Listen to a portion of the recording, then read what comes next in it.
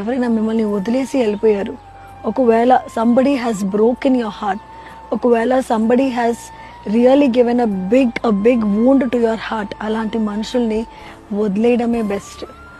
వాళ్ళు వెనకాల వెళ్ళి వాళ్ళని బెగ్ చేసి, వాళ్ళని రిక్వెస్ట్ చేసి, వాళ్ళకి ఇష్టం లేనప్పటికీ కూడా వాళ్ళని ఫోర్స్ చేసి మన జీవితంలో ఉంచడము అది ఎంత మాత్రము కరెక్ట్ కాదు. ఎందుకంటే బైబిల్ ఏమంటుందంటే, forget the former things, do not dwell into the past, see I'm going to do a new thing. మన జీవితంలో గతంలో జరిగిన చెడ్డ కార్యాలు, గతంలో మనల్ని బాధ పెట్టే మనుషుల్ని మనము ఇంకా ఎంకరేజ్ చేయకూడదు. ఎందుకంటే దేవుడు అంటున్నారు, నీ పట్ల నేను ఒక కొత్త ప్రణాళిక కలిగి ఉన్నాను, నీ జీవితంలో నేను ఒక కొత్త కార్యము చేయబోతున్నాను.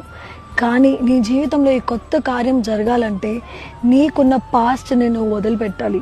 ఎలా అయితే ఒక రెయినీ డే రోజున, ఒక వర్షం పడిన రోజున మన షూస్ అన్టైడ్ అయినప్పుడు ఎలా అయితే ఇల్లు బయట మనం ఆ షూస్ వదిలేసి వెళ్తాం, ఎందుకంటే మన ఇంట్లో మన హౌస్ క్లీన్గా ఉండాలని, అలాగే మన జీవితంలో కూడా మనల్ని బాధ పెట్టే మనుషుల్ని, మన హృదయాన్ని బాధ పెట్టే మనుషుల్ని మనము దూరంగా ఉంచడమే కరెక్ట్.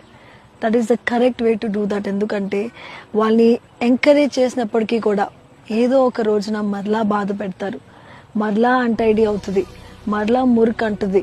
ఇవన్నిటికన్నా దేవుడు చెప్పిన రీతిగా, wait, I'm going to do a new thing.